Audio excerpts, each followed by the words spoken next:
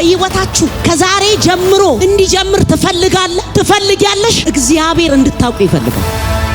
አጀንዳውን ቀጠለ እግዚአብሔር ጴጥሮስን ሲመለከተው ጴጥሮስ ለካ እየተከታተለ የነበረው ከሰው በተረዳው አረዳድ አይደለም። ዛሬ ቤተ ክርስቲያን ብዙ ጭንቀት ቤተ ክርስቲያን ውስጥ የበዛው አዳዲስ ክብር ቤተ ክርስቲያን ውስጥ የማይገለጠው ብዙ ትውልዶች እያደጉ ያሉት ወደ ክርስቶስ ሙላት ሳይሆን ወደ ሰው ዕውቀት።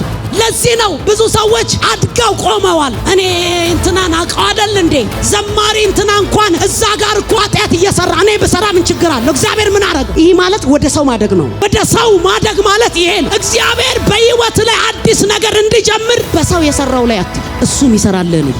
ከዚህ በኋላ በአንተ ህይወት ላይ የሚፈጽመው ያ ሰው በተረዳው አረዳድ አይደለም እግዚአብሔር እንድትረዳው የሚፈልገው፣ ብቻን አንተ እንድትረዳው ይፈልጋል። ጴጥሮስ ተረዳው። ኢየሱስ አንተ ነካው። ኢየሱስን ስትከተለው መነካት አለብህ። ብዙ ሰዎች እግዚአብሔርን አይፈሩ። የት ደረሱ ካላችሁ የሰው ዕውቀት ላይ ደርሰው። ማክሰኞ ማለዳ ከጠዋቱ 3 ሰዓት እግዚአብሔርን በዚህ ስፍራ እናመልካለን። ብዙዎች ከስራት ይፈታሉ። እንቀጥላለን። አድራሻ ሰሚት ፍየል ቤት 30 ሜትር ኪዳነ ምህረት ማዞሪያ ከፍ ብሎ ታቦር ዳቦ በርገር ሃውስ ፍለፊት ከታክሲ እንደወረዳችሁ ቀጥታ ወደ ቤተ ክርስቲያን ነው የምትገቡት። ቸርቹ አስፋልት ፍለፊት ላይ ነው። እንግዲህ አድራሻችንን እንደምትመለከቱት ታቦር ዳቦ ፍለፊት እዚህ ጋር አለ። ከፍየል ቤት ቀጥታ ስትመጡ ታቦር ዳቦ በርገር ሃውስ ፍለፊታችን አለ።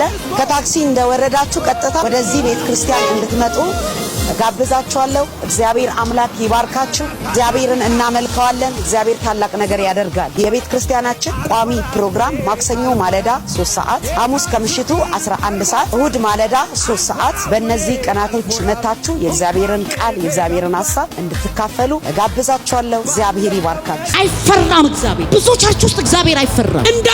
እንደ አፖስትል እንትና ነው መሆን የምፈልገው። የሱን ዕውቀት ነው የምፈልገው። የክርስቶስን ዕውቀት ሰው መፈለግ አቆሞ የሰውን ዕውቀት እየፈለገ ነው ያለው። በዚህ የተነሳ ዛሬ ቤተ ክርስቲያን የእግዚአብሔር ክብር እንዳይገለጥ ከልክላለች። ቤተ ክርስቲያን ጣሪያና ግድግዳ አይደለም። እኔ ነኝ ቤተ ክርስቲያን።